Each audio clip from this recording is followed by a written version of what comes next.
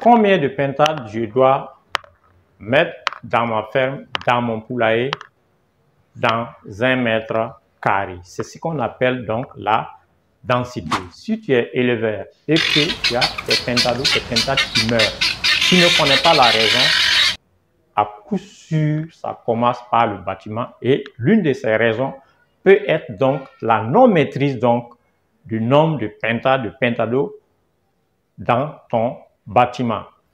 Si ce thème t'intéresse, reste jusqu'à la fin de cette vidéo car nous allons vous donner donc des astuces et vous expliquer donc le nombre de pentades que vous devez donc laisser donc par mètre carré pour avoir de bons rendements. Alors, nous avons décliné ça sous forme de tableau.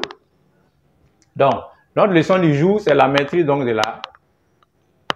la densité dans l'élevage de pentades. C'est quoi la densité? La densité, c'est le nombre de pentades que vous allez mettre dans une surface de 1 mètre carré. Quelle est l'importance donc de cette densité? Donc, cette densité, lorsque vous ne respectez pas donc ces normes, vous allez donc perdre dans votre élevage sans comprendre. Vous allez penser que c'est la nourriture, l'aliment qui est mal fait. Vous allez penser que c'est le chauffage qui n'a pas été adéquat. Vous allez penser que vos pentades sont malades alors que c'était juste un problème de densité. Alors, à gauche, nous avons donc les périodes par semaine et à droite, vous avez donc la densité proprement dite.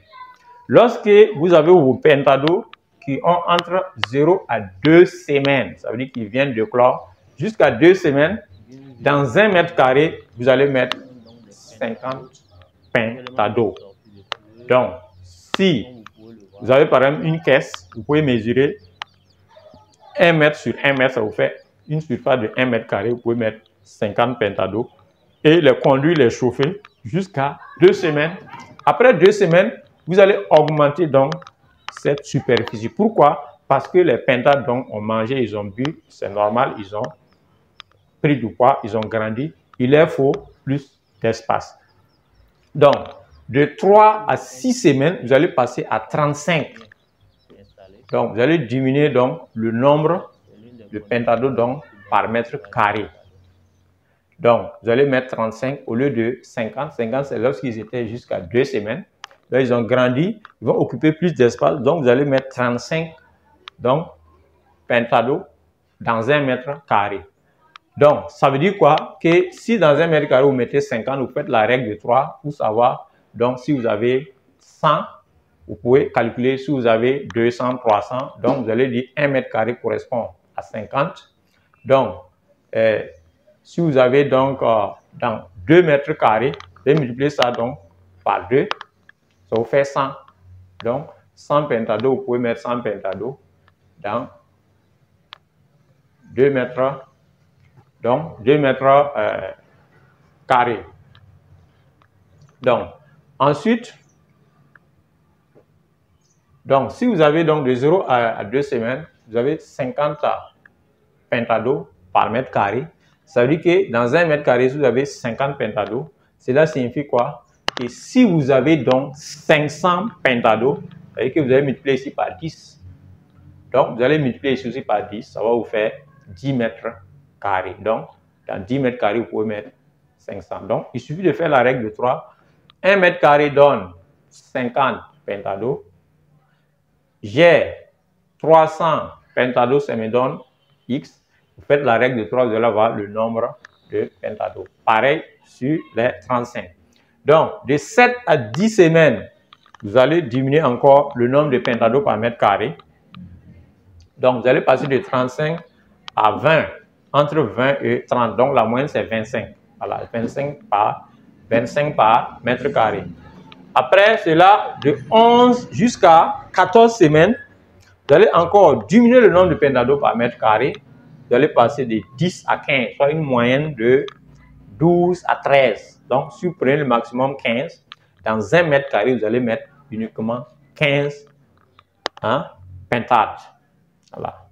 Ensuite, on passe à 15 semaines à la vente. Ça veut dire 4 à 5 mois. Donc, lorsque les pentades ont 4 à 5 mois, vous devez avoir 8 pentades dans 1 mètre carré pour ne pas qu'il soit serré. Donc, 8 sujets par mètre carré. Donc, si ce sont les reproducteurs, ça veut dire que les pentades mâles et puis femelles qui pondent, donc vous allez faire 6 sujets. Voilà. Donc, vous allez mettre 6 pentades dans 1 mètre carré en fonction du niveau donc, de l'aération. Voilà.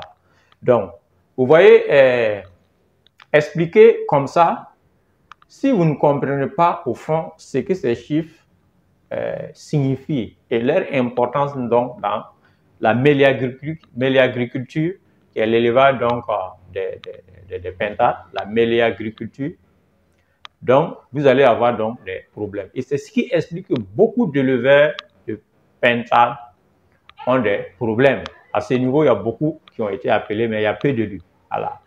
Et vous allez trouver des éleveurs qui peuvent élever jusqu'à 1000, 2000, 3000 à 5000 pentades avec des taux de mortalité de 10%, pendant que d'autres ont 100 pentades et ils ont des taux de mortalité de 80%.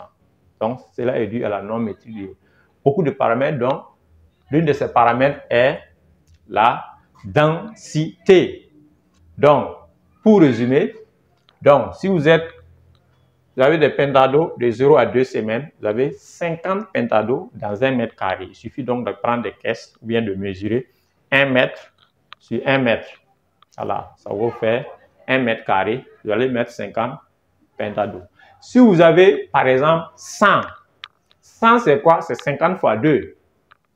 Donc, ici aussi, vous allez multiplier par 2. Vous voyez? Donc, ensuite, de 3 à 6 semaines, vous avez 35 pentados par mètre carré. Vous voyez, ça diminue. De 7 à 10 semaines, 30 à 20 à 30 par mètre carré. De 11 à 14 semaines, 10 à 15 par mètre carré. 15 semaines à la vente, donc 4 à 5 mois, vous avez 8 sujets par mètre carré. Et les reproducteurs, les mâles qui font leur travail de mâle et les femelles qui vont pondre, vous devez avoir 6. Donc, si vous faites un cercle ratio de 1 mâle, 2 femelles, ça fait 3. 1 mâle, 2 femelles, ça vous fait 6. Donc, vous pouvez mettre 2 mâles avec 4 femelles. Hein, si vous voulez avoir des œufs qui sont vraiment féconds. Si vous ne respectez pas ces normes, la conséquence qui va suivre, par exemple, au niveau des reproducteurs, c'est que vous allez avoir des œufs qui sont beaucoup clairs. Par exemple, si l'espace est trop réduit, par exemple, au lieu de faire 6 sujets par mètre carré, si vous faites, par exemple, ça ne vaut pas 1 mètre carré, donc ils seront serrés donc, et ça va créer donc le problème donc, de stress et d'autres problèmes donc, de piquage.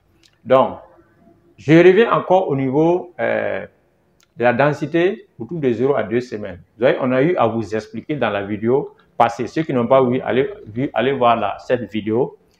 La mortalité donc des pentados était élevée jusqu'à 2 mois. En milieu traditionnel, on était jusqu'à 80% de taux de mortalité. Pendant qu'en milieu traditionnel amélioré, on était à 20%. Vous voyez? Donc, c'est une période qui est fragile. Veillez à ce que toutes les conditions soient réunies pour bien élever donc vos pentades. La pentade, c'est rentable. La preuve, la pentade pond beaucoup. Seulement, elle va pondre, la pentade locale va pondre 6 mois et se reposer 6 mois. Donc, si vous n'êtes pas stratégique et que la période de ponte, dès que ça arrive, vous n'allez pas avoir de grandes couveuses, pour conduire les pentados, vendre une partie des pentados, la période va passer et vous n'allez pas avoir d'argent. Ceux qui ont compris ce système se font vraiment beaucoup d'argent. Imaginez si vous avez 1000 pentades qui pondent et que vous vendez la plaquette à 6000, 30 œufs. Hein? J'ai dit 6000, 6000 pour les poules, 3000. Au Burkina, c'est 3000. Donc, imaginez si vous avez 500 œufs, par exemple, vous convertissez, ça vous fait vraiment beaucoup d'argent. Alors, l'important donc de ce tableau, c'est de vous expliquer que la densité est très importante donc en élevage, en agriculture, en élevage donc des pentades, qui est la méliagriculture. Donc, si vous ne respectez pas donc ces paramètres, vous allez avoir des pentades qui vont connaître beaucoup de problèmes, donc qui vont aller même de l'alimentation, parce que si vous ne respectez pas le nombre de sujets par mètre carré, vous allez mettre beaucoup de pentado, beaucoup de pentades dans un mètre carré. Au lieu de 50, vous allez mettre 100. Ils vont se piétiner. Et lorsqu'il y a un problème de chauffage seulement le matin, vous allez ramasser donc des cadavres. Lorsque l'espace aussi est trop large et le mètre carré, par exemple, au lieu de 50 par mètre carré, ou maintenant vous allez mettre 2 par mètre carré. Donc, ils vont beaucoup bouger, beaucoup se promener, perdre donc des calories, ils vont manger beaucoup. Ensuite, ils vont dépenser ça à courir un peu partout. Ensuite, c'est la même chose. Donc, et ça, lorsqu'ils sont coincés, ça va créer le problème donc de stress. Ils vont se picorer entre eux. Et à la fin, donc, ils ne vont pas manger. Il y a d'autres qui ne pourront pas manger, étant donné qu'il y a la surpopulation. Donc, à la fin, donc, lorsque vous allez peser donc, au sujet pour vendre, vous n'allez pas avoir d'argent. Donc, ce tableau, on a eu à le faire pour l'élevage des poulets. Pour ceux qui n'ont pas vu, allez voir, c'est par là. Les mêmes conséquences qu'on a eu à expliquer là-bas vont se rabattre au niveau de l'élevage des pentados. Merci de nous suivre, de partager donc cette vidéo.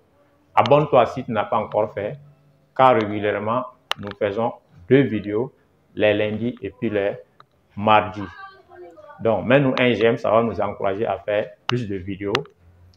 Voilà la solution, c'est l'Afrique qui gagne.